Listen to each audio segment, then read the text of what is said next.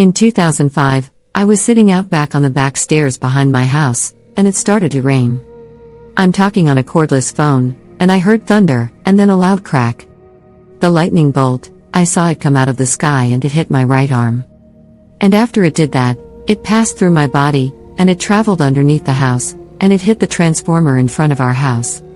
And when the lightning hit me, I felt this burning, searing, agonizing pain that lasted for only a minute, but it seemed like eternity.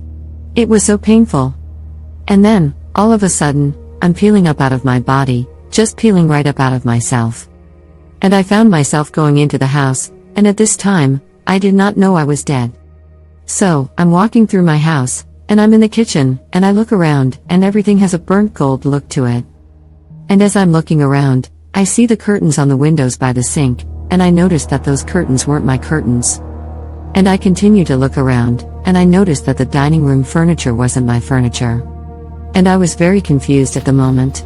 I had no idea that I was dead still, and I didn't know that was my house, but I didn't know whose furniture it was. I knew how to get around in the house. The rooms all looked the same, but the furniture was all different. And just about the time that I started to panic, there was this huge, loving presence that was with me, and he filled me full of just the deep sense of love and compassion. And I was no longer afraid, and we started moving very quickly sideways. We did not move up, we didn't move down, we went laterally.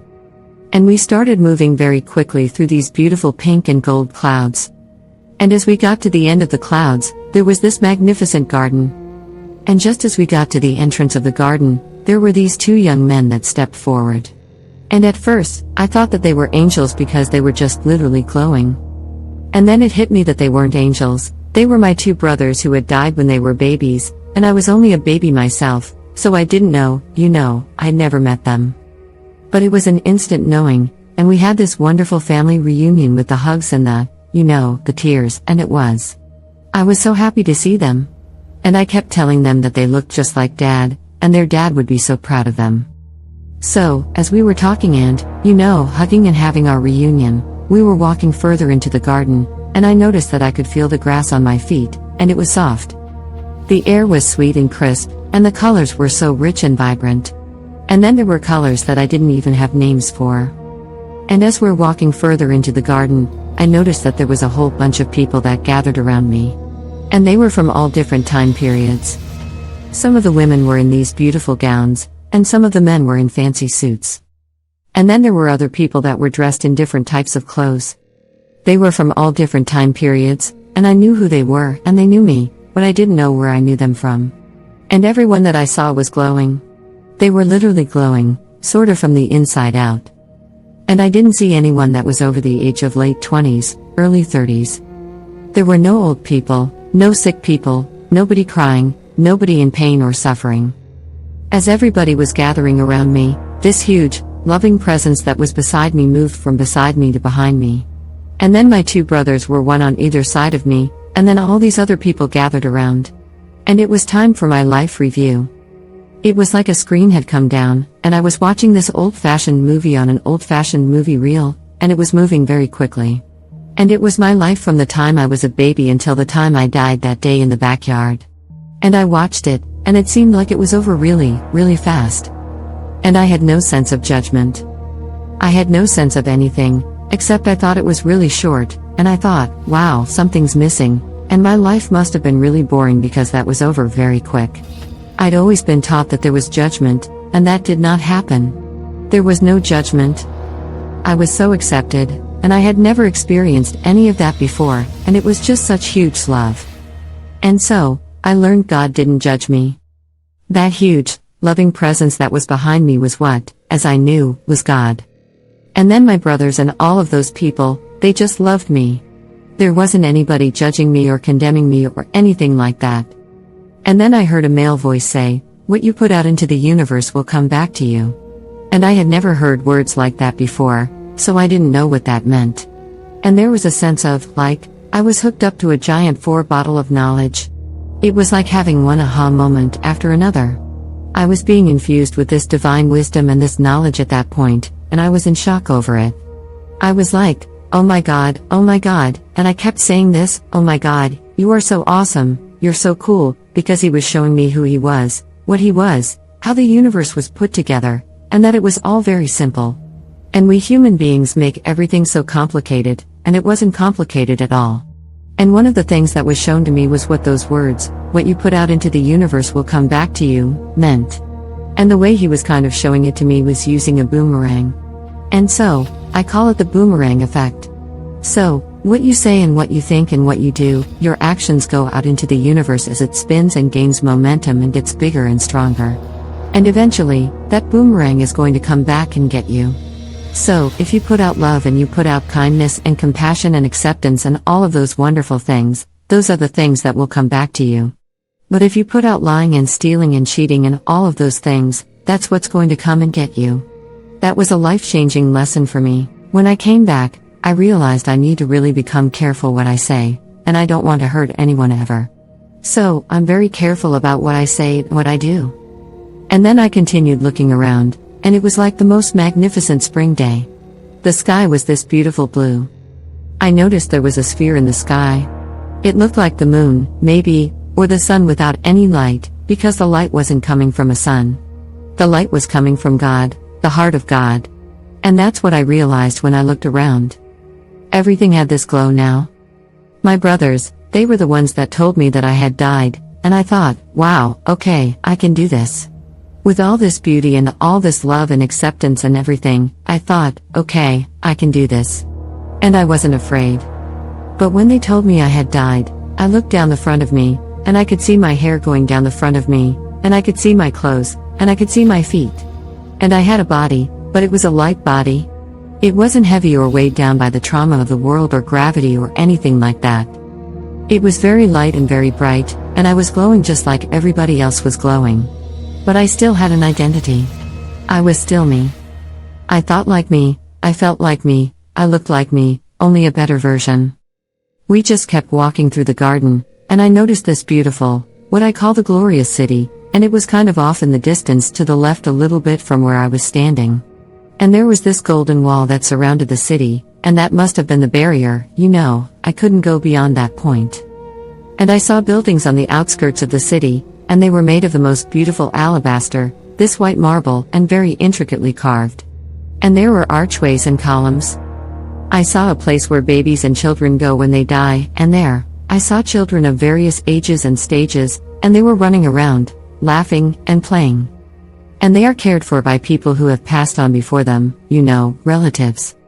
And then I saw another building, and it looked like a magnificent library. It was full of books from the ceiling to the floor, just a bazillion books on every subject you could possibly. And the inside of that building looked like it had this deep, rich mahogany bookshelves and ladders that you could move around, that you could climb up to get the books on the top. I mean, they were just. It was huge. And I called it the Hall of Knowledge, but I'm not sure if that's what it was really called. And then my brothers and I continued walking, and there was a grove of trees over in the corner. People ask me all the time, what were the trees? And I don't know what kind of trees they were, but I saw Jesus coming out of the grove of trees, and he walked up to me. And when he walked up to me, my two brothers disappeared. I have no idea where they went.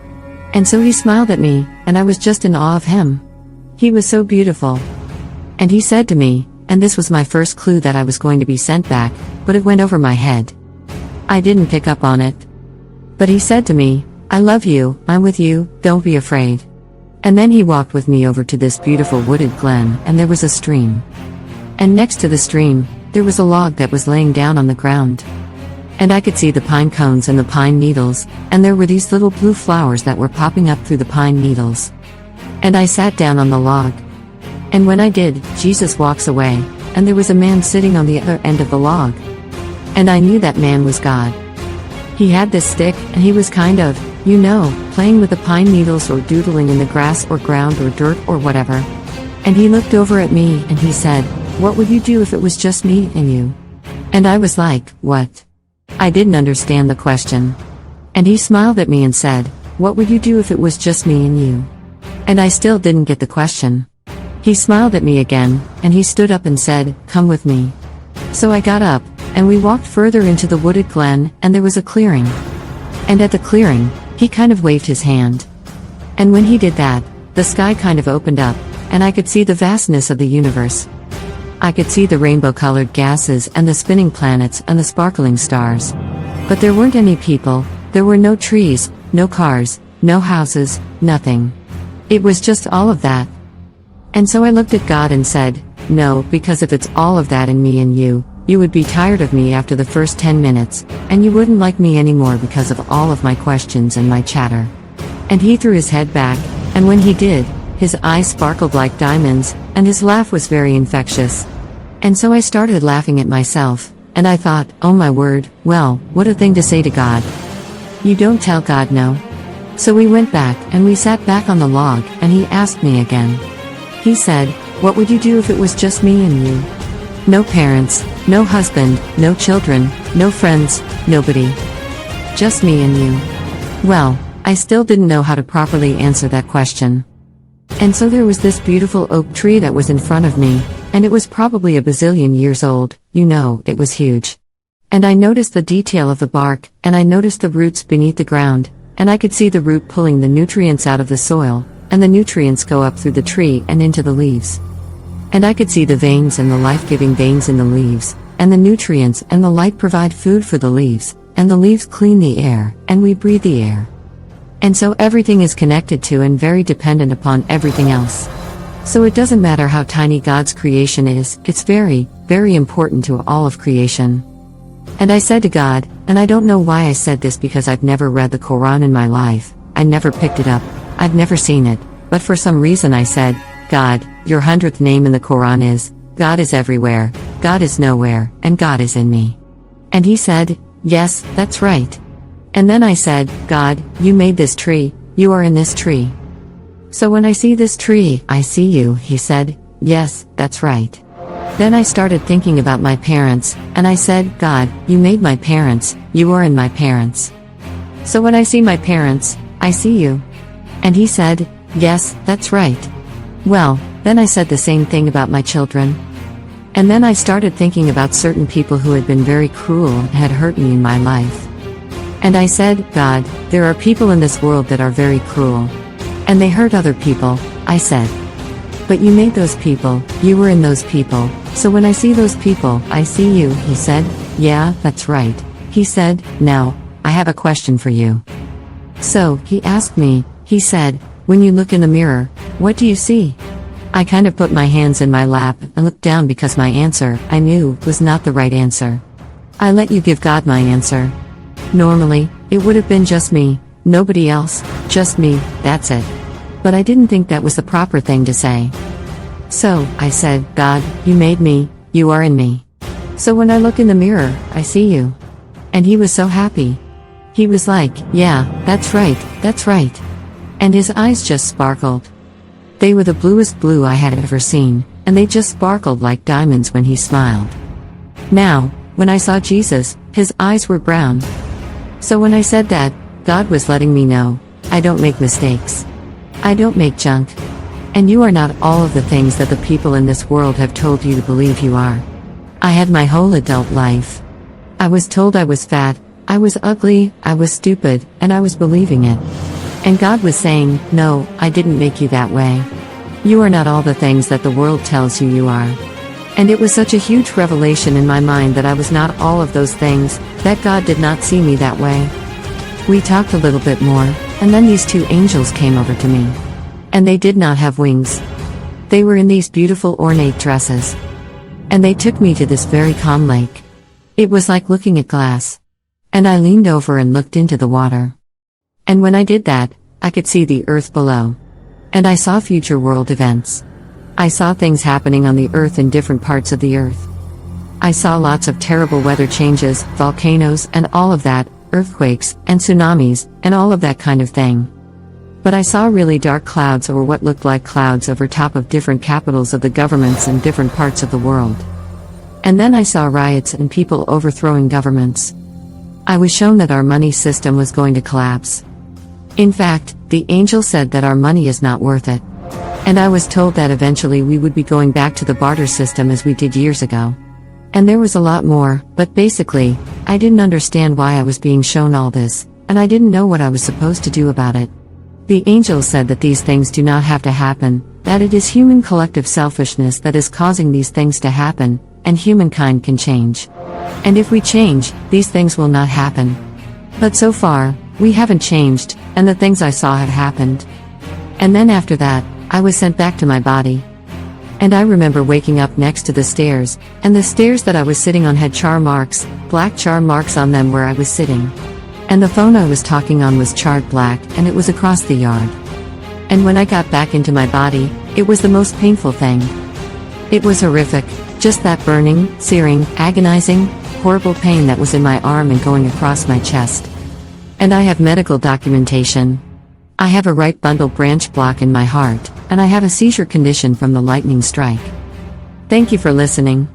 Don't forget to like and subscribe to this channel.